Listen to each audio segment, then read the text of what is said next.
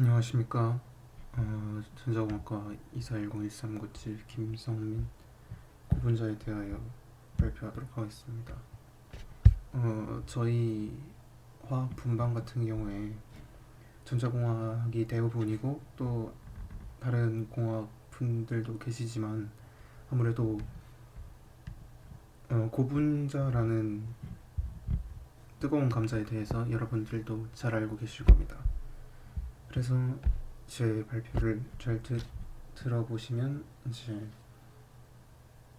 미래 전망이라든가 아니면은 진로를 선택하는 부분에 있어서 좀 이점을 얻을 수 있지 않을까 하는 기대가 또 있습니다. 먼저 고분자에 대한 용어 정리부터 시작하겠습니다. 고분자는 분자량이 1만 이상인 분자를 말하는데요. 그러니까 분자는 대부분 여러 공유 결합이라든가 다른 분자들과 엮여 있지만 여러 가지 분자들이 반복적으로 연결되어서 매우 큰 분자를 만든다면 그 상태를 보고 고분자라고 말할 수 있다는 것입니다.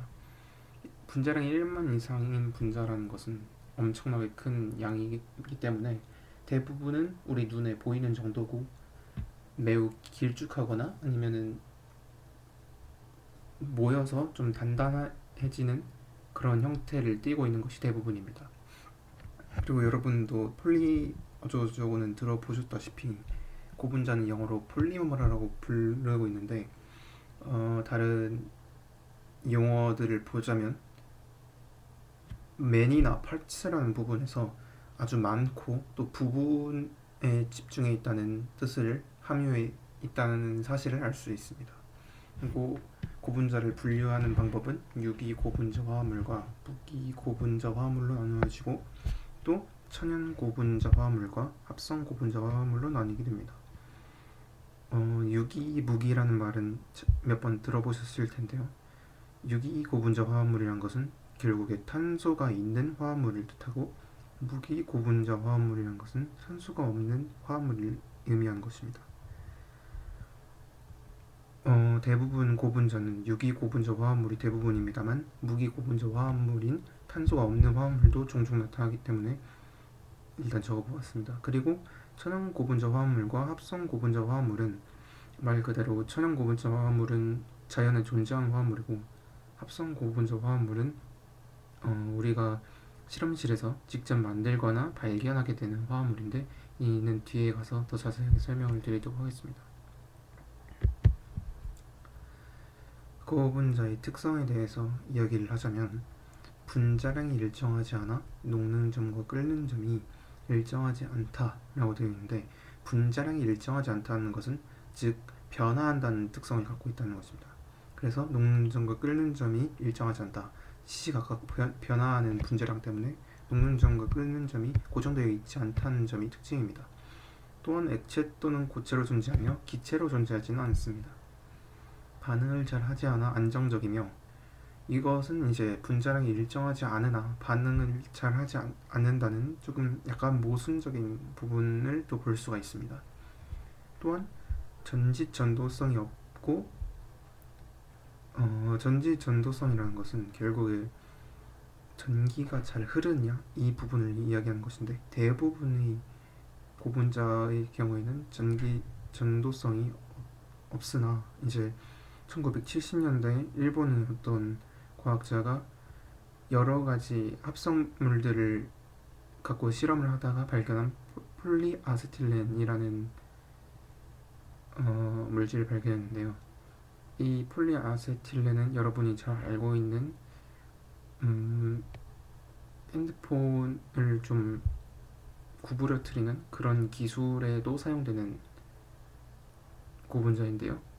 이 폴리아세틸렌은 요오드를 처리했을 때 전기 전도를 비로소 갖게 되는 것으로서 제가 말씀드린 핸드폰처럼 구부리기 쉬운 이점을 갖고 있다는 것이 그 특징입니다. 그러니까 역으로 말하자면 고분자의 대부분은 전기 전도성이 없으나 폴리아세틸렌처럼 예외가 있을 수도 있다는 말이 되겠습니다. 그리고 일단 먼저 가볍습니다. 분자 재료는 유기화합물이 대부분이며 구성하는 원소가 탄소, 수소, 산소, 질소 등 비교적 가벼운 물질로 되어 있기 때문에 가볍다는 점에서 어떤 우리 생활에서 이점을 얻을 수가 있겠죠. 또한 성형성이 좋다는 특징을 갖고 있습니다. 플라스틱은 가열하면 연화되거나 용해되어 성형하기 쉽다는 것인데, 성형이라는 것은 말 그대로 다른 물질을 더하거나 구부리거나 아니면 형태를 변환하는 일을 쉽게 할 수 있다는 뜻이 됩니다. 금속에 비하여 비교적 낮은 온도에서 가공할 수 있다. 제조 원가가 적게 든다. 아까 전에 전 말씀드린 분자량이 일정하지 않아서 녹는 점과 끓는 점이 일정하지 않다는 것은 어떻게 보면 부정적으로 들릴 수도 있겠지만, 긍정적으로 바라본다면 이런 녹는 점과 끓는 점을 조정할 수 있다는 뜻도 되기 때문에 성형성이 매우 좋다는 이점을 가질 수가 있겠습니다. 제조 원가가 적게 된다는 것은 말 그대로 높은 온도까지 올리지 않아도 되기 때문에 그 온도를 높이는 데 쓰는 열을 올리는 데 쓰는 에너지라든가 그런 걸 아낄 수 있다는 뜻이 되겠습니다. 그리고 단열성이 좋다는 것은 이제 자유전자가 많이 없는 고분자의 경우에는, 자유전자가 많이 없다는 것은 열을 전달하기 어렵다는 뜻도 되기 때문에 이 특성을 이용하여 단열재로 이용하게 됩니다. 아까 전에 말씀드린 인공적 화합물과 천연 화합물에 대해서 조금 더 부연 설명을 하자면, 인공적 화합물은 아까 전기 전도도가 있는 아세틸렌처럼 우리 주변에서 스스로 만들 수 있는 물질인데, 이제 천연 화합물 같은 경우에는 자연에서 스스로 만들어지는 셀룰로스나 단백질에 있는 고분자, 말 그대로 1만 개 이상의 1만 개 이상의 분자량과 또 다른 요건들을 만족시키면 그 자체가 고분자가 되기 때문에 셀룰로스나 단백질 같은 자연에서 볼 수 있는 것들 또한 천연 화합물이라고 부를 수 있겠습니다.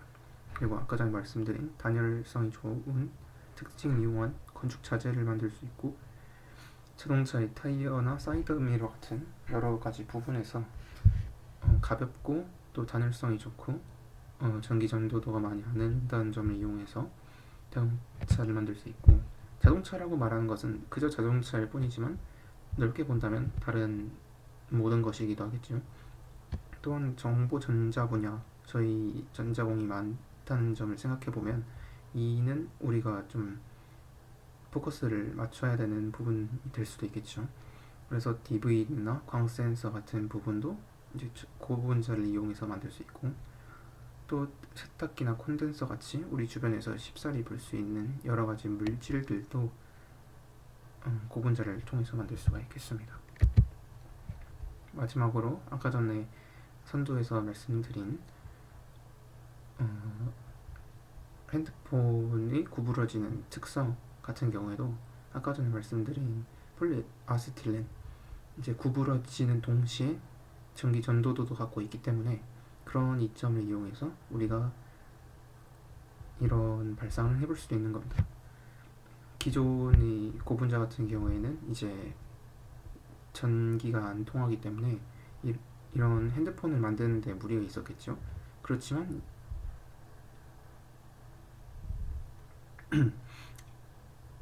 폴리아세틸렌 같은 경우에는 전기가 통하는 동시에